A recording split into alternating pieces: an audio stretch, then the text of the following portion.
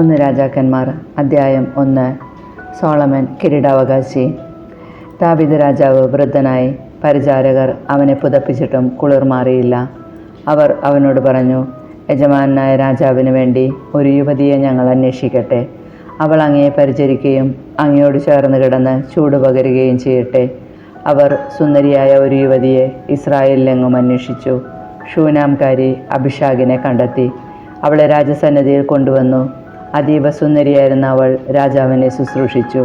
എന്നാൽ രാജാവ് അവളെ അറിഞ്ഞില്ല. അക്കാലത്ത് ഹഗ്ഗീത്തിൻ്റെ മകൻ അദോനിയ താൻ രാജാവാകുമെന്ന് വമ്പു പറഞ്ഞു. അവൻ രഥങ്ങളെയും കുതിരക്കാരെയും 50 അകമ്പടിക്കാരെയും ഒരുക്കി. നീ എന്താണ് ചെയ്യുന്നത് എന്ന് ചോദിച്ച് ഒരിക്കലും പിതാവായ ദാവീദ് അവനെ ശാസിച്ചിരുന്നില്ല. അബ്സലോമിന് ശേഷം ജനിച്ച അവനും അതികോമളനായിരുന്നു. അവൻ സെരുയായുടെ മകൻ യോവാബിനോടും പുരോഹിതൻ അബിയാദറിനോടും ആലോചിച്ചു. അവർ അവന് പിന്തുണ നൽകി. എന്നാൽ പുരോഹിതൻ സാദോക്ക്, യഹോയദായുടെ മകൻ ബനായ, പ്രവാചകൻ നാഥാൻ, ഷിമെയി, ഇറയി എന്നിവരും ദാവീദിൻ്റെ അംഗരക്ഷകരായ ധീരയോദ്ധാക്കളും അവൻ്റെ പക്ഷത്ത് ചേർന്നില്ല. ഒരു ദിവസം അദോനിയ എൻറോഗൽ അരുവിയുടെ സമീപത്തുള്ള സൊഹെല്ലത്ത് കല്ലിനരികെ ആടുകളെയും കാളക്കുട്ടികളെയും മെഴുത്ത കാലികളെയും ബലിയർപ്പിച്ചു. ബലിയോടനുബന്ധിച്ച വിരുന്നിന് ദാവീദ് രാജാവിൻ്റെ പുത്രന്മാരായ തൻ്റെ എല്ലാ സഹോദരന്മാരെയും യൂദായിലെ എല്ലാ രാജസേവകന്മാരെയും അവൻ ക്ഷണിച്ചിരുന്നു. എന്നാൽ പ്രവാചകൻ നാഥാൻ, ബനായ, രാജാവിൻ്റെ അംഗരക്ഷകരായ യോദ്ധാക്കൾ, തൻ്റെ സഹോദരൻ സോളമൻ എന്നിവരെ അവൻ ക്ഷണിച്ചില്ല. സോളമൻ്റെ അമ്മ ബത്ശെബയോട് നാഥാൻ പറഞ്ഞു, നമ്മുടെ യജമാനായ ദാവീദ് അറിയാതെ ഹഗ്ഗീത്തിൻ്റെ മകൻ അദോനിയ രാജാവായിരിക്കുന്നുവെന്ന് നീ കേട്ടില്ലേ? നിൻ്റെയും നിൻ്റെ പുത്രൻ സോളമൻ്റെയും ജീവൻ രക്ഷിക്കാൻ എൻ്റെ ഉപദേശം സ്വീകരിക്കുക. ഉടൻ ചെന്ന് ദാവീദ് രാജാവിനോട് പറയുക, എൻ്റെ യജമാനായ രാജാവേ, എൻ്റെ മകൻ സോളമൻ അങ്ങയുടെ പിൻഗാമിയായി സിംഹാസനത്തിൽ ഉപവിഷ്ടനാകുമെന്ന് ഈ ദാസിയോട് അങ്ങ് ശപഥം ചെയ്തിട്ടില്ലേ? പിന്നെ എന്തുകൊണ്ടാണ് അദോനിയ രാജാവായിരിക്കുന്നത്? നീ രാജാവുമായി സംസാരിച്ചു കൊണ്ടിരിക്കുമ്പോൾ തന്നെ ഞാൻ വന്ന് നിന്നെ പിന്താങ്ങിക്കൊള്ളാം. ബത്ശേബ ശയനമുറിയിൽ രാജാവിൻ്റെ അടുക്കൽ ചെന്നു. ഷൂനൻകാരി അഭിഷാഗ് വൃദ്ധനായ അവനെ പരിചരിക്കുകയായിരുന്നു. ബത്ശേബ രാജാവിനെ താണുവണങ്ങി. എന്താണ് നിന്റെ ആഗ്രഹം? രാജാവ് അവളോട് ചോദിച്ചു.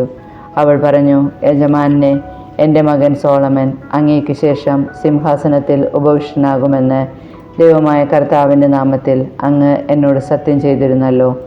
ഇപ്പോഴതാ അദോനിയ രാജാവായിരിക്കുന്നു. യജമാനായ രാജാവ് ഇതറിയുന്നുമില്ല. അവൻ കാളകളെയും കൊഴുത്ത അനേകം ആടുമാടുകളെയും ബലിയർപ്പിക്കുകയും അങ്ങേ എല്ലാ പുത്രന്മാരെയും പുരോഹിതൻ അബിയാദറിനെയും സേനാനായകൻ യോവാബിനെയും വിരുന്നിന് ക്ഷണിക്കുകയും ചെയ്തു. എന്നാൽ അങ്ങയുടെ ദാസനായ സോളമനെ ക്ഷണിച്ചില്ല. എൻ്റെ യജമാനായ രാജാവേ, അങ്ങയുടെ പിൻഗാമിയായി ആരാണ് സിംഹാസനത്തിൽ വാഴുകയെന്ന് അങ്ങ് പ്രഖ്യാപിക്കുന്നത് കേൾക്കാൻ ഇസ്രായേൽ ജനം കാത്തിരിക്കുകയാണ്.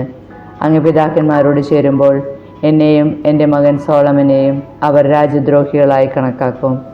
അവൾ രാജാവിനോട് സംസാരിച്ചു കൊണ്ടിരിക്കുമ്പോൾ പ്രവാചകൻ നാഥാൻ കടന്നു വന്നു. അവൻ വന്ന വിവരം രാജാവിനെ അറിയിച്ചു. നാഥാൻ രാജസന്നിധിയിൽ താണുവണങ്ങി. അവൻ രാജാവിനോട് ചോദിച്ചു, എൻ്റെ യജമാനായ രാജാവേ, അദോനിയ അങ്ങയുടെ പിൻഗാമിയായി ഭരിക്കണമെന്നും അവനാണ് അങ്ങയുടെ സിംഹാസനത്തിൽ ഉപവിഷ്ടനാകേണ്ടതെന്നും അങ്ങ് കൽപ്പിച്ചിട്ടുണ്ടോ? അവനിന്ന് കാളകളെയും കൊഴുത്ത അനേകം ആടുമാടുകളെയും ബലിയർപ്പിച്ചു. എല്ലാ രാജകുമാരന്മാരെയും സേനാധിപന്മാരെയും പുരോഹിതൻ അബിയാദറിനെയും വിരുന്നിന് ക്ഷണിച്ചിരിക്കുന്നു. അവർ അവനോടുകൂടെ തിന്നുകുടിക്കുകയും അദോനിയ രാജാവ് നീണാൾ വാഴട്ടെ എന്ന് ആർപ്പ് വിളിക്കുകയും ചെയ്യുന്നു. എന്നാൽ അങ്ങേ ദാസനായ എന്നെയും പുരോഹിതൻ സാദോക്കിനെയും യഹോയദായുടെ മകൻ ബനായെയും അങ്ങയുടെ ദാസനായ സോളമനെയും ക്ഷണിച്ചിട്ടില്ല. യജമാനായ രാജാവിൻ്റെ പിൻഗാമിയായി സിംഹാസനത്തിൽ ഇരിക്കേണ്ടത് ആരെന്ന് അങ്ങയുടെ ദാസരെ അറിയിച്ചിട്ടില്ലല്ലോ. ഇക്കാര്യം അങ്ങയുടെ കൽപ്പന അനുസരിച്ച് തന്നെയാണോ നടന്നത്? അപ്പോൾ ബത്ശേബയെ വിളിക്കാൻ രാജാവ് ആജ്ഞാപിച്ചു. അവൾ രാജാവിൻ്റെ മുമ്പാകെ വന്നു നിന്നു. അവൻ ശപഥം ചെയ്തു, സകല കഷ്ടതകളിൽ നിന്ന് എന്നെ രക്ഷിച്ച കർത്താവാണ്, നിന്റെ മകനായ സോളമൻ എനിക്ക് ശേഷം എൻ്റെ സിംഹാസനത്തിൽ വാഴുമെന്ന് ഇസ്രായേലിൻ്റെ ദൈവമായ കർത്താവിൻ്റെ നാമത്തിൽ നിന്നോട് ഞാൻ സത്യം ചെയ്തിട്ടുള്ളതനുസരിച്ച് ഇന്ന് ഞാൻ പ്രവർത്തിക്കും. ബത്ശേബ രാജാവിനെ സാഷ്ടാംഗം നമസ്കരിച്ചുകൊണ്ട് പറഞ്ഞു, എൻ്റെ യജമാനായ ദാവീദ് രാജാവ് എന്നേക്കും ജീവിക്കട്ടെ. പുരോഹിതൻ സാദോക്കിനെയും പ്രവാചകൻ നാഥാനെയും യഹോയദായുടെ മകൻ ബെനായെയും തൻ്റെ അടുത്തേക്ക് വിളിക്കുവാൻ ദാവീദ് രാജാവ് കൽപ്പിച്ചു. അവർ വന്നപ്പോൾ അവൻ പറഞ്ഞു, നിങ്ങൾ രാജസേവകന്മാരെ കൂട്ടിക്കൊണ്ട് എൻ്റെ മകൻ സോളമനെ എൻ്റെ കോവർ കഴുതിയുടെ പുറത്തിരുത്തി ഗീഹോനിലേക്ക് കൊണ്ടുപോകുവിൻ. അവിടെ വെച്ച് പുരോഹിതൻ സാദോക്കും പ്രവാചകൻ നാഥാനും അവനെ ഇസ്രായേലിൻ്റെ രാജാവായി അഭിഷേകം ചെയ്യട്ടെ. സോളമൻ രാജാവ് നീണാൾ വാഴട്ടെ എന്ന് കാഹളം മുഴക്കി ആർപ്പിടുവിൻ. അതിനുശേഷം നിങ്ങൾ അവൻ്റെ പിന്നാലെ പോരുക. അവൻ വന്ന് എൻ്റെ സിംഹാസനത്തിലിരുന്ന് എനിക്ക് പകരം ഭരണം നടത്തട്ടെ. ഇസ്രായേലിൻ്റെയും യൂദായുടെയും അധിപനായി അവനെ ഞാൻ നിയമിച്ചിരിക്കുന്നു. യഹോയദായുടെ മകൻ ബെനായ രാജാവിനോട് പറഞ്ഞു, അപ്രകാരം സംഭവിക്കട്ടെ. യജമാനായ രാജാവിൻ്റെ ദൈവമായ കർത്താവ് അപ്രകാരം തന്നെ കൽപ്പിക്കുമാറാകട്ടെ. കർത്താവ് യജമാനായ രാജാവിനോട് കൂടെ എന്നതുപോലെ സോളമനോട് കൂടെയും ആയിരിക്കട്ടെ. അവൻ്റെ ഭരണം എൻ്റെ യജമാനായ ദാവീദ് രാജാവിൻ്റേതിനേക്കാൾ മഹത്വപൂർണ്ണമാകട്ടെ. പുരോഹിതൻ സാദോക്കും പ്രവാചകൻ നാഥാനും യഹോയദായുടെ മകൻ ബെനായയും കെറേത്യരും പെലേത്യരും സോളമനെ ദാവീദ് രാജാവിൻ്റെ കോവർ കഴുതയുടെ പുറത്തിരുത്തി ഗീഹോനിലേക്ക് കൊണ്ടുപോയി. പുരോഹിതൻ സാദോക്ക് വിശുദ്ധ കൂടാരത്തിൽ നിന്ന് തൈലം നിറച്ച കൊമ്പെടുത്ത് സോളമനെ അഭിഷേകം ചെയ്തു. അവർ കാഹളം മുഴക്കി. സോളമൻ രാജാവ് നീണാൾ വാഴട്ടെ ജനമാർപ്പ് വിളിച്ചു. കുഴലൂതുകയും ഭൂമി പിളരുമാറ് ആഹ്ലാദാരവം മുഴക്കുകയും ചെയ്തുകൊണ്ട് ജനം അവനെ അനുഗമിച്ചു. അദോനിയായും അതിഥികളും ആ സ്വരം കേട്ടു. അപ്പോഴേക്കും വിരുന്ന് കഴിഞ്ഞിരുന്നു. കാഹളനാദം കേട്ടപ്പോൾ എന്താണ് നഗരത്തിൽ ഘോഷം എന്ന് യോവാബ് ചോദിച്ചു. അവർ സംസാരിച്ചു കൊണ്ടിരിക്കെ പുരോഹിതൻ അബിയാദറിൻ്റെ മകൻ ജോനാഥൻ അവിടെ വന്നു. അദോനിയ അവനോട് പറഞ്ഞു, വരുക, ധീരനായ നീ സദ്വാർത്തയും കൊണ്ടായിരിക്കുമല്ലോ വരുന്നത്. അങ്ങനെയല്ല, ജോനാഥൻ പറഞ്ഞു, നമ്മുടെ യജമാനൻ ദാവീദ് രാജാവ് സോളമനെ രാജാവാക്കിയിരിക്കുന്നു. പുരോഹിതൻ സദോക്കിനെയും പ്രവാചകൻ നാഥാനെയും യഹോയദായുടെ മകൻ ബെനായെയും കെറേത്യരെയും പെലേത്യരെയും രാജാവ് അവനോടൊപ്പം അയച്ചിട്ടുണ്ട്. അവർ അവനെ രാജാവിൻ്റെ കോവർ കഴുതയുടെ പുറത്താണ് എഴുന്നള്ളിച്ചത്. പുരോഹിതൻ സാദോക്കും പ്രവാചകൻ നാഥാനും അവനെ ഗീഹോനിൽ വെച്ച് രാജാവായി അഭിഷേകം ചെയ്തു. പട്ടണം ഇളകി മറിയത്തക്കവണ്ണം ആഹ്ലാദാരവം മുഴക്കിക്കൊണ്ട് അവർ അവിടെ നിന്ന് മടങ്ങിപ്പോയി. അതാണ് നിങ്ങൾ കേട്ട ശബ്ദം. സോളമൻ സിംഹാസനത്തിൽ ആരൂഢനായിരിക്കുന്നു. മാത്രമല്ല, രാജാസേവകന്മാരും നമ്മുടെ യജമാനൻ ദാവീദ് രാജാവിനെ അഭിനന്ദിക്കാൻ ചെന്നിരുന്നു. അങ്ങയുടെ ദൈവം സോളമൻ്റെ നാമത്തെ അങ്ങയുടേതിനേക്കാൾ മഹനീയവും അവൻ്റെ ഭരണം അങ്ങയുടേതിനേക്കാൾ ശ്രേഷ്ഠവുമാക്കട്ടെ എന്ന് അവർ ആശംസിച്ചു. രാജാവ് കിടക്കയിൽ കിടന്നുകൊണ്ട് നമിച്ചു. അനന്തരം ദാവീദ് പറഞ്ഞു, ഇസ്രായേലിൻ്റെ ദൈവമായ കർത്താവ് വാഴ്ത്തപ്പെടട്ടെ. എൻ്റെ മക്കളിൽ ഒരുവൻ സിംഹാസനത്തിലിരിക്കുന്നത് കാണാൻ അവിടെ നിന്ന് എനിക്കിടവരുത്തി. അപ്പോൾ അദോനിയായുടെ അതിഥികൾ ഭയന്നെഴുന്നേറ്റ് താങ്കളുടെ വഴിക്ക് പോയി. സോളമനോടുള്ള ഭയം നിമിത്തം അദോനിയ ഓടിച്ചെന്ന് ബലിപീഠത്തിൻ്റെ വളർക്കോണിൽ പിടിച്ചു. സോളമൻ രാജാവ് എന്നെ വാളിനിരയാക്കുകയില്ലെന്ന് സത്യം ചെയ്യട്ടെ എന്ന് പറഞ്ഞു. അദോനിയ തന്നെ ഭയന്ന് ബലിപീഠത്തിൻ്റെ വളർകോണിൽ പിടിച്ചുകൊണ്ട് നിൽക്കുന്നുവെന്ന് സോളമൻ അറിഞ്ഞു. അപ്പോൾ സോളമൻ പറഞ്ഞു, അവൻ വിശ്വസ്തനെങ്കിൽ അവൻ്റെ തലയിൽ നിന്ന് ഒരു രോമം പോലും വീഴുകയില്ല. കുറ്റക്കാരനെങ്കിൽ മരിക്കുക തന്നെ വേണം. സോളമൻ രാജാവ് അവനെ ബലിപീഠത്തിങ്കിൽ നിന്ന് ആളയച്ചു വരുത്തി. അവൻ രാജാവിനെ നമിച്ചു. സോളമൻ അവനോട് വീട്ടിൽ പോയിക്കൊള്ളുക എന്ന് ആജ്ഞാപിച്ചു. 1 രാജാക്കന്മാർ അധ്യായം 2. ദാവീദിൻ്റെ മരണമെടുത്തപ്പോൾ ദാവീദ് പുത്രൻ സോളമനെ അടുത്ത് വിളിച്ച് ഇപ്രകാരം നിർദ്ദേശിച്ചു. മർത്യൻ്റെ പാതയിൽ ഞാനും പോകുന്നു. ധീരനായിരിക്കുക, പൗരുഷത്തോടെ പെരുമാറുക. നിന്റെ ദൈവമായ കർത്താവിൻ്റെ ശാസനങ്ങൾ നിറവേറ്റുക. മോശയുടെ നിയമത്തിൽ എഴുതിയിട്ടുള്ളതുപോലെ അവിടുത്തെ മാർഗത്തിൽ ചരിക്കുകയും അവിടുത്തെ ചട്ടങ്ങളും പ്രമാണങ്ങളും കൽപ്പനകളും സാക്ഷ്യങ്ങളും അനുസരിക്കുകയും ചെയ്യുക. നിന്റെ എല്ലാ പ്രവൃത്തികളും ഉദ്യമങ്ങളും വിജയമണിയും. നിന്റെ സന്താനങ്ങൾ നേർവഴിക്ക് നടക്കുകയും പൂർണ്ണ ഹൃദയത്തോടും പൂർണ്ണ മനസ്സോടും കൂടെ എൻ്റെ മുൻപിൽ വിശ്വസ്തരായി വർത്തിക്കുകയും ചെയ്താൽ നിന്റെ സന്തതി ഇസ്രായേലിൻ്റെ സിംഹാസനത്തിൽ നിന്ന് അറ്റുപോവുകയില്ല എന്ന് കർത്താവ് എന്നോട് അരുൾ ചെയ്ത വാഗ്ദാനം നിറവേറ്റേണ്ടതിന് നീ അവിടത്തെ അനുസരിക്കുക. സെരൂയയുടെ മകൻ യോവാബ് എന്നോട് ചെയ്തതെന്തെന്ന് നിനക്കറിയാമല്ലോ. അവൻ ഇസ്രായേലിലെ 2 സൈന്യാധിപന്മാരെ, നേറിൻ്റെ മകൻ അബ്നേറിനെയും യദോറിൻ്റെ മകൻ അമാസയെയും കൊലപ്പെടുത്തി. യുദ്ധകാലത്തെ രക്തച്ചൊരിച്ചിലിന് പകരം വീട്ടാൻ അവൻ സമാധാനകാലത്ത് അവരെ വധിക്കുകയും രക്തം ചൊരിയുകയും ചെയ്തു. അവൻ നിരപരാധരെ കൊലപ്പെടുത്തി. അങ്ങനെ എൻ്റെ പാദുകങ്ങളും അരപ്പട്ടയും രക്തം പുരണ്ടിരിക്കുന്നു. ആകയാൽ നീ തന്ത്രപൂർവ്വം പ്രവർത്തിക്കുക. അവൻ വാർദ്ധക്യത്തിലെത്തി സമാധാനത്തോടെ മരിക്കാൻ ഇടവരുത്തരുത്. എന്നാൽ ഗിലെയാദുകാരനായ ബർസില്ലായുടെ മക്കളോട് കാരുണ്യം കാണിക്കണം. നിന്റെ ഭക്ഷണമേശയിൽ അവരും പങ്കുചേരട്ടെ. നിന്റെ സഹോദരനായ അബ്സലോമിൽ നിന്ന് ഞാൻ പലായനം ചെയ്തപ്പോൾ അവർ എന്നെ കാരുണ്യത്തോടെ സ്വീകരിച്ചു. ബഹൂരിംകാരനും ബെഞ്ചമിൻ ഗോത്രജനുമായ ഗേരായുടെ മകൻ ഷിമെയി നിന്നോടുകൂടെയാണല്ലോ. ഞാൻ മഹനായിമിലേക്ക് പോയപ്പോൾ എന്നെ കഠിനമായി ശപിച്ചവനാണവൻ. എങ്കിലും ജോർദാൻ കരയിൽ എന്നെ എതിരേറ്റു.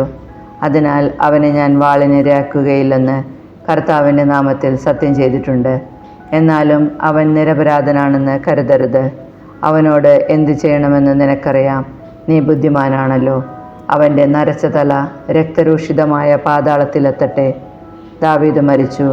അവനെ സ്വനഗരത്തിൽ അടക്കം ചെയ്തു. അവൻ ഇസ്രായേലിൽ 40 വർഷം ഭരിച്ചു.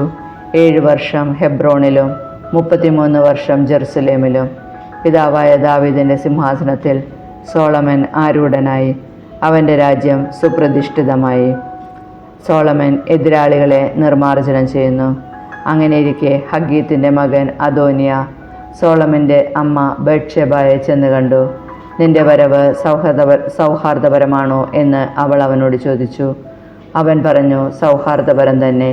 എന്നാൽ എനിക്ക് ചിലത് പറയാനുള്ളത് പറയുക. അവൻ പറഞ്ഞു, രാജ്യം എനിക്ക് കിട്ടേണ്ടതായിരുന്നുവെന്ന് നിങ്ങൾക്കറിയാമല്ലോ. ഞാൻ രാജാവാകുമെന്ന് ഇസ്രായേൽ ജനം പ്രതീക്ഷിച്ചിരുന്നു. എന്നാൽ മറിച്ച് സംഭവിച്ചു. എൻ്റെ സഹോദരൻ രാജാവായി. ഇത് കർത്താവിൻ്റെ ഹിതമാണ്. ഇപ്പോൾ ഞാനൊരു കാര്യം അഭ്യർത്ഥിക്കുകയാണ്, അത് തള്ളിക്കളയരുത്. എന്താണെന്ന് പറയുക. അവൾ പറഞ്ഞു. അവൻ അഭ്യർത്ഥിച്ചു, ശൂനംകാരി അഭിഷാഗിനെ എനിക്ക് ഭാര്യയായി തരണമെന്ന് സോളമൻ രാജാവിനോട് പറയണം. അവൻ നിങ്ങളുടെ അപേക്ഷ തള്ളിക്കളയുകയില്ല. ശരി, ഞാൻ നിനക്ക് വേണ്ടി രാജാവിനോട് സംസാരിക്കാം. അവൾ പറഞ്ഞു. ബത്ശേബ അദോനിയയ്ക്ക് വേണ്ടി സംസാരിക്കാൻ സോളമൻ രാജാവിനെ സമീപിച്ചു. രാജാവ് എഴുന്നേറ്റ് അവളെ അഭിവാദനം ചെയ്തിട്ട് സിംഹാസനത്തിൽ ഇരുന്നു. മാതാവിനെ ഇരിപ്പിടം സജ്ജീകരിച്ചു. അവൾ രാജാവിൻ്റെ വലതുഭാഗത്തിരുന്നു. ഞാൻ നിന്നോടൊരു ചെറിയ കാര്യം ആവശ്യപ്പെടുന്നു, തള്ളിക്കളയരുത്. അവൾ പറഞ്ഞു. എന്താണമ്മേ അത്? പറയുക. ഞാൻ തള്ളിക്കളയുകയില്ല. അവൻ മറുപടി പറഞ്ഞു. ശൂനംകാരി അഭിഷാഗിനെ നിന്റെ സഹോദരൻ അദോനിയായിക്ക് ഭാര്യയായി കൊടുക്കണം. അവൾ പറഞ്ഞു. സോളമൻ രാജാവ് അമ്മയോട് ഇങ്ങനെ പ്രതിവചിച്ചു, ശൂനംകാരി അഭിഷാഗിനെ അദോനിയായിക്ക് വേണ്ടി ചോദിക്കുന്നത് എന്താണ്? രാജ്യവും അവന് വേണ്ടി ചോദിക്കാമല്ലോ. അവൻ എൻ്റെ ജ്യേഷ്ഠനല്ലേ. പുരോഹിതൻ അബിയാദറും സെരൂയയുടെ മകൻ യോവാബും അവൻ്റെ പക്ഷമാണല്ലോ. അനന്തരം സോളമൻ കർത്താവിൻ്റെ നാമത്തിൽ ശപഥം ചെയ്തു, അദോനിയായുടെ ഈ അഭ്യർത്ഥന അവൻ്റെ ജീവൻ ഒടുക്കിയില്ലെങ്കിൽ ദൈവം എന്നോട് അതും അതിലധികവും ചെയ്യട്ടെ. എൻ്റെ പിതാവായ ദാവീദിൻ്റെ സിംഹാസനത്തിൽ കർത്താവിനെ ഉപവിഷ്ടനാക്കി അവിടുത്തെ വാഗ്ദാനം നിറവേറ്റിക്കൊണ്ട് എനിക്കൊരു ഭവനം തീർത്തിരിക്കുന്നു. കർത്താവാണേ, അദോനിയ ഇന്ന് തന്നെ മരിക്കണം. സോളമൻ രാജാവിൻ്റെ കൽപ്പന അനുസരിച്ച് യഹോയാദയുടെ മകൻ ബെനായ അദോനിയായെ വധിച്ചു. പുരോഹിതൻ അബിയാദറിനോട് രാജാവ് പറഞ്ഞു, നിന്റെ ജന്മദേശമായ അനാത്തോത്തിലേക്ക് പോവുക. നീയും മരണശിക്ഷയ്ക്ക് അർഹനാണ്, എങ്കിലും ഇപ്പോൾ ശിക്ഷിക്കുന്നില്ല. ദൈവമായ കർത്താവിൻ്റെ വാഗ്ദാന പേടകം എൻ്റെ പിതാവായ ദാവീദിന് മുൻപിൽ നീ വഹിച്ചു. കൂടാതെ എൻ്റെ പിതാവിൻ്റെ എല്ലാ ദുരിതങ്ങളിലും നീ പങ്കുചേർന്നു. സോളമൻ അബിയാദറിനെ കർത്താവിൻ്റെ പുരോഹിത സ്ഥാനത്ത് നിന്ന് നീക്കം ചെയ്തു. ഇങ്ങനെ കർത്താവ് ഷീലോയിൽ വെച്ച് ഏലിയുടെ ഭവനത്തെപ്പറ്റി അരുളി ചെയ്തത് നിറവേറി. ഈ വാർത്ത അറിഞ്ഞുടനെ യോവാബ് ഓടിച്ചെന്ന് കർത്താവിൻ്റെ കൂടാരത്തിൽ ബലിപീഠത്തിൻ്റെ വളർകോണിൽ പിടിച്ചു. അവൻ അബ്സലോമിൻ്റെ പക്ഷം ചേർന്നിരുന്നെങ്കിലും അദോനിയായുടെ പക്ഷം ചേർന്നവനാണ്. യോവാബ് കർത്താവിൻ്റെ കൂടാരത്തിൽ ബലിപീഠത്തിനരികെ നിൽക്കുന്നുവെന്ന് അറിഞ്ഞ സോളമൻ രാജാവ് ഉടനെ അവനെ കൊന്നുകളയുക എന്ന് പറഞ്ഞ് യഹോയാദയുടെ മകൻ ബെനായെ അയച്ചു. ബെനായ കർത്താവിൻ്റെ കൂടാരത്തിൽ ചെന്ന് അവനോട് പുറത്തു വരാൻ രാജാവ് കൽപ്പിക്കുന്നതായി പറഞ്ഞു. വരികയില്ല, ഞാനിവിടെ തന്നെ മരിക്കും എന്നായിരുന്നു അവൻ്റെ മറുപടി. യോവാബ് പറഞ്ഞത് ബെനായ രാജാവിനെ അറിയിച്ചു. അവൻ പറഞ്ഞതുപോലെ ചെയ്യുക, അവനെ കൊന്ന് കുഴിച്ചിടുക എന്ന് രാജാവ് ബെനായോട് കൽപ്പിച്ചു. അങ്ങനെ യോവാബ് അകാരണമായി ചിന്തിയ നിഷ്കള രക്തത്തിൻ്റെ ഉത്തരവാദിത്വം എന്നിൽ നിന്നും എൻ്റെ പിതൃഭവനത്തിൽ നിന്നും നീക്കിക്കളയുക. അവൻ്റെ രക്തപങ്കിലമായ പ്രവൃത്തികളുടെ ഫലം അവൻ്റെ മേൽ തന്നെ കർത്താവ് വരുത്തട്ടെ. ഇസ്രായേൽ സൈന്യാധിപനും നേറിൻ്റെ മകനുമായ അബ്നേറിനെയും യൂദാ സൈന്യാധിപനും യദാറിൻ്റെ മകനുമായ അമാസിയെയും എൻ്റെ പിതാവായ ദാവീദിൻ്റെ അറിവ് കൂടാതെ അവൻ വാളിനിരയാക്കി. അവർ ഇരുവർക്കും അവനേക്കാൾ നീതിയും സദ്ഗുണവും ഉണ്ടായിരുന്നല്ലോ. അവരെ കൊന്നതിൻ്റെ ശിക്ഷ യോവാബിൻ്റെയും അവൻ്റെ സന്തതികളുടെയും മേൽ എന്നേക്കും ഉണ്ടാകും. ദാവീദിനും അവൻ്റെ സന്തതികൾക്കും കുടുംബത്തിനും സിംഹാസനത്തിനും കർത്താവിൻ്റെ സമാധാനം എന്നേക്ക് ലഭിക്കും. യഹോയദായുടെ മകൻ ബെനായ യോവാബിനെ വധിച്ച് വിജനപ്രദേശത്തുള്ള അവൻ്റെ ഭവനത്തിൽ അടക്കം ചെയ്തു. രാജാവ് അവന് പകരം യഹോദായുടെ മകൻ ബെനായെ സൈന്യാധിപനായി നിയമിച്ചു. അബിയാദറിന് പകരം പുരോഹിതൻ സാദോക്കിനെ നിയമിച്ചു. പിന്നെ രാജാവ് ആളയച്ച് ഷിമെയെ വരുത്തി അവനോട് പറഞ്ഞു, ജെറുസലേമിൽ ഒരു വീട് പണിത് പാർത്തുകൊള്ളുക. അവിടം വിട്ട് പുറത്തു പോകരുത്. പുറത്തിറങ്ങി കെദ്രോൻ തോട് കടക്കുന്ന നാളിൽ നീ മരിക്കും എന്ന് ഓർമ്മിച്ചു കൊള്ളുക. നിന്റെ രക്തത്തിന് നീ തന്നെയായിരിക്കും ഉത്തരവാദി. ശരി, രാജാവായ അങ്ങ് കൽപ്പിക്കുന്നത് പോലെ ഞാൻ ചെയ്തു കൊള്ളാം എന്ന് ഷിമെയി പറഞ്ഞു. അങ്ങനെ കുറെ കാലം അവൻ ജെറുസലേമിൽ വസിച്ചു. 3 വർഷത്തിന് ശേഷം ഷിമെയിയുടെ 2 അടിമകൾ മാഖായുടെ മകനും ഗത്തിലെ രാജാവുമായ അക്കീഷിൻ്റെ അടുത്തേക്ക് ഓടിപ്പോയി. തൻ്റെ അടിമകൾ ഗത്തിലുണ്ടെന്ന് ഷിമെയി അറിഞ്ഞു. അവൻ അടിമകളെ അന്വേഷിച്ച് കഴുതപ്പുറത്ത് കയറി ഗത്തിൽ അക്കീഷിൻ്റെ അടുത്തേക്ക് തിരിച്ചു. അവനവരെ ഗത്തിൽ നിന്ന് മടക്കിക്കൊണ്ടുവന്നു. ഷിമെയി ജെറുസലേം വിട്ട് ഗത്തിൽ പോയി മടങ്ങിയെത്തിയെന്ന് സോളമൻ അറിവ് കിട്ടി. രാജാവ് ആളയച്ച് ഷിമെയെ വരുത്തി പറഞ്ഞു, ജെറുസലേം വിട്ട് പോകരുതെന്ന് ദൈവനാമത്തിൽ ഞാൻ നിന്നോട് ആജ്ഞാപിച്ചിട്ടുള്ളതാണ്. പോയാൽ നീ മരിക്കുമെന്ന് ഞാൻ മുന്നറിയിപ്പ് നൽകിയിട്ടുമുണ്ട്. നീ അത് സമ്മതിച്ച് എന്നെ അനുസരിക്കാമെന്ന് വാഗ്ദാനം ചെയ്തിട്ടുണ്ടല്ലോ. എന്തുകൊണ്ടാണ് കർത്താവിൻ്റെ നാമത്തിലുള്ള പ്രതിജ്ഞ നീ ലംഘിച്ചത്? എന്തുകൊണ്ട് എൻ്റെ കൽപ്പന നീ നിരസിച്ചു? രാജാവ് തുടർന്നു, എൻ്റെ പിതാവായ ദാവീദിനോട് നീ പ്രവർത്തിച്ച തിന്മകൾ എന്തൊക്കെയാണെന്ന് നിനക്കറിയാമല്ലോ.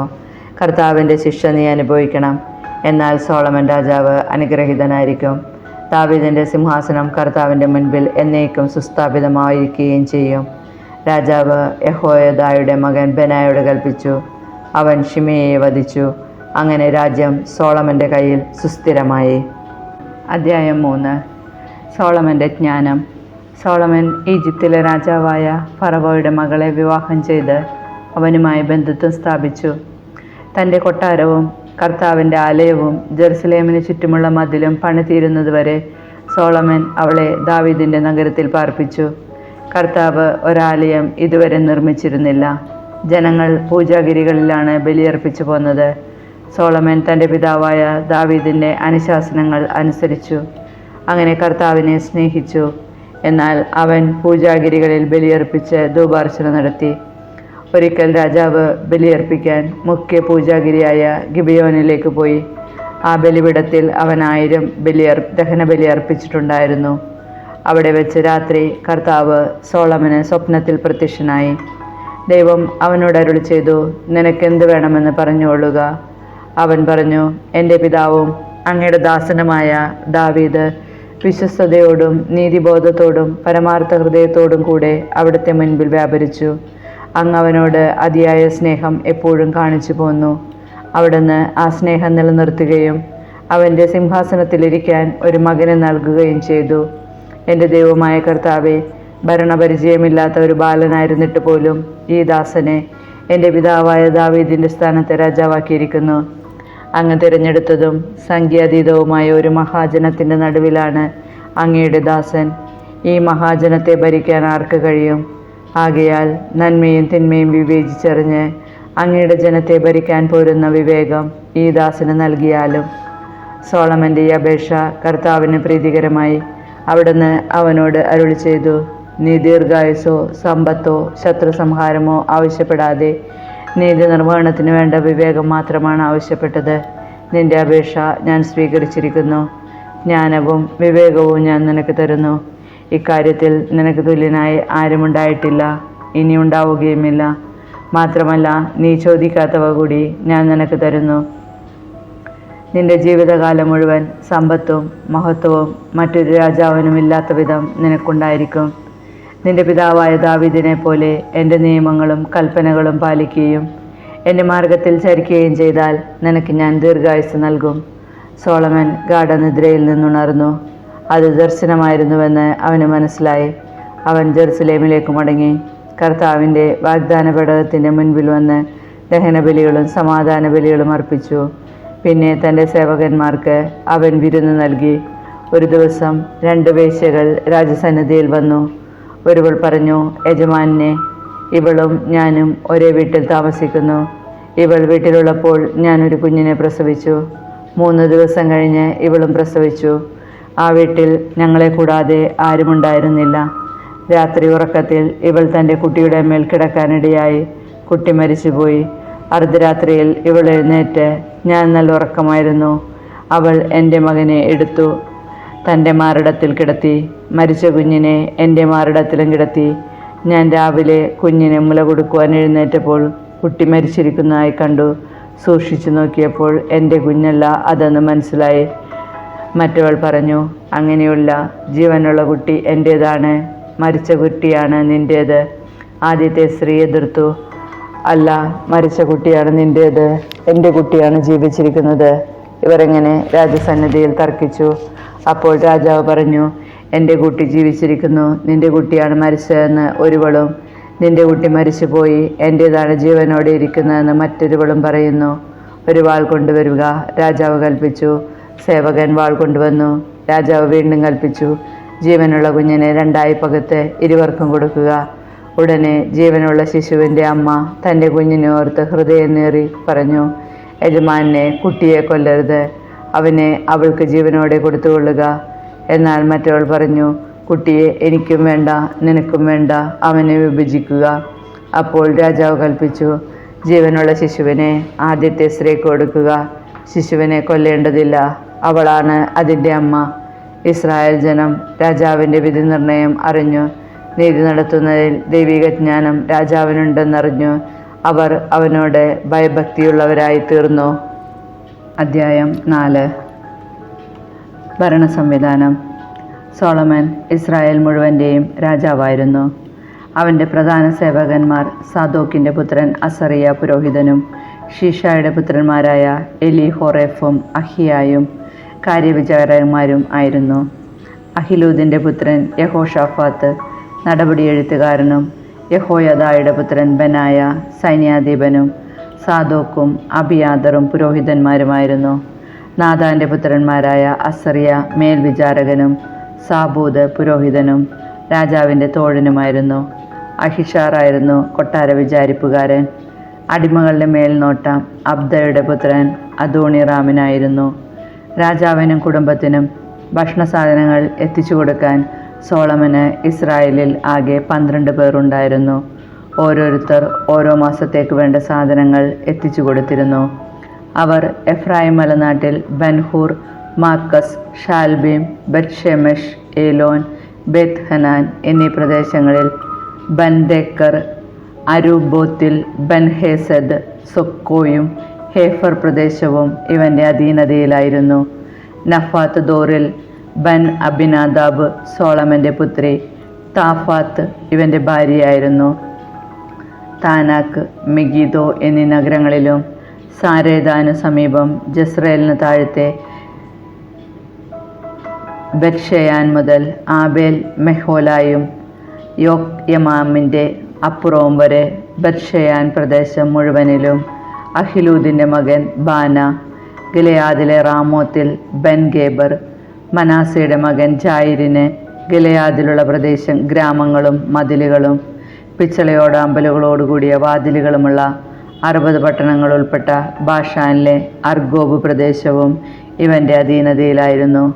മഹനായിമിൽ ഇദ്ദോയുടെ മകൻ അഹിനാദാബ്, നഫ്താലി പ്രദേശത്തെ അഹിമാസ് സോളമൻ്റെ പുത്രി ബസ്മത്ത് ഇവൻ്റെ ഭാര്യയായിരുന്നു. ആഷേറിലും ബയാലോത്തിലും ഹൂഷായിയുടെ മകൻ ബാന. ഇസാക്കറിൽ പരുവായുടെ മകൻ യഹോഷാഫത്ത്. ബെഞ്ചമിൻ പ്രദേശത്തെ ഏലായുടെ മകൻ ഷിമെയി. അമോരി രാജാവായ സീഹോനും ബാഷാൻ രാജാവായ ഓഗും ഭരിച്ചിരുന്ന ഗിലെയാദ് പ്രദേശത്ത് ഊറിയുടെ മകൻ ഗേബർ കൂടാതെ യൂദായിൽ ഒരധിപനുമുണ്ടായിരുന്നു. യൂദായിലെയും ഇസ്രായേലിലെയും ജനം കടൽ തീരത്തെ മണൽത്തരി പോലെ അസംഖ്യമായിരുന്നു. അവർ തിന്നും കുടിച്ചും ഉല്ലാസഭരിതരായി കഴിഞ്ഞു. യൂഫ്രട്ടീസ് നദി മുതൽ ഫിലിസ്തീനരുടെ നാടും ഈജിപ്തിൻ്റെ അതിർത്തിയും വരെയുള്ള പ്രദേശങ്ങൾ സോളമൻ്റെ ഭരണത്തിന് കീഴിലായിരുന്നു. അവൻ്റെ ജീവിതകാലം മുഴുവൻ ജനം കാഴ്ചകൾ സമർപ്പിക്കുകയും അവനെ സേവിക്കുകയും ചെയ്തു. സോളമൻ്റെ അനുദിന ചെലവ് 30 കോർ നേർത്ത മാവും 60 കോർ സാധാരണ മാവും, കലമാൻ, പേടമാൻ, മ്ലാവ്, കോഴി എന്നിവയ്ക്ക് പുറമെ കൊഴുത്ത 10 കാളകൾ, 20 കാലികൾ, 100 മുട്ടാടുകൾ ഇവയുമായിരുന്നു. യൂഫ്രട്ടീസിനു പടിഞ്ഞാറ് തിഫ്സ മുതൽ ഗാസ വരെയുള്ള പ്രദേശങ്ങൾ സോളമൻ്റെ അധീനതയിലായിരുന്നു. യൂഫ്രട്ടീസിന് പടിഞ്ഞാറുള്ള എല്ലാ രാജാക്കന്മാരും അവന് കീഴ്പ്പെട്ടിരുന്നു. അയൽ നാടുകളുമായി അവൻ സമാധാനത്തിൽ കഴിഞ്ഞു. സോളമൻ്റെ കാലം മുഴുവൻ ദാൻ മുതൽ ബേർഷേബ വരെ യൂദായിലെയും ഇസ്രായേലിലെയും ജനം മുന്തിരിയും അത്തിയും കൃഷി ചെയ്ത് സുരക്ഷിതരായി ജീവിച്ചു. സോളമന് 12,000 കുതിരപ്പടയാളികളും തേർക്കുതിരകൾക്കായി 40,000 പന്തികളുമുണ്ടായിരുന്നു. മുൻപ് പറഞ്ഞ സേവകന്മാർ ഓരോരുത്തരും നിശ്ചിത മാസത്തിൽ സോളമൻ രാജാവിനും അവനോടൊപ്പം ഭക്ഷിച്ചിരുന്നവർക്കും ആവശ്യമായ സാധനങ്ങൾ എത്തിച്ചിരുന്നു. ഒരു കുറവും വരുത്തിയില്ല. അവർ കുതിരകൾക്കും വേഗമേറിയ പടക്കുതിരകൾക്കും വേണ്ട ബാർലിയും വൈക്കോലും മുറപ്രകാരം യഥാസ്ഥാനം എത്തിച്ചു കൊടുക്കുകയും ചെയ്തിരുന്നു. ദൈവം സോളമന് അളവറ്റ ജ്ഞാനവും ഉൾക്കാഴ്ചയും കടൽ തീരം പോലെ വിശാലമായ ഹൃദയവും പ്രദാനം ചെയ്തു. പൗരസ്ത്യദേശത്തെയും ഈജിപ്തിലെയും ജ്ഞാനികളെ അതിശയിക്കുന്നതായിരുന്നു സോളമൻ്റെ ജ്ഞാനം. എസ്രാഹ്യനായ ഏദാൻ, മാഹോലിൻ്റെ പുത്രന്മാരായ ഹേമാൻ, കൽക്കോൽ, ദാർദ തുടങ്ങി എല്ലാവരെയും കാൾ ജ്ഞാനിയായിരുന്നു അവൻ. അവൻ്റെ പ്രശസ്തി ചുറ്റുമുള്ള എല്ലാ രാജ്യങ്ങളിലും വ്യാപിച്ചു. അവൻ 3000 സുഭാഷിതങ്ങളും 1005 ഗീതങ്ങളും രചിച്ചു. ലബനോനിലെ ദേവദാരു മുതൽ ചുമരിൽ മുളയ്ക്കുന്ന പായൽ വരെ എല്ലാ സസ്യങ്ങളെയും കുറിച്ച് അവൻ പ്രതിപാദിച്ചു.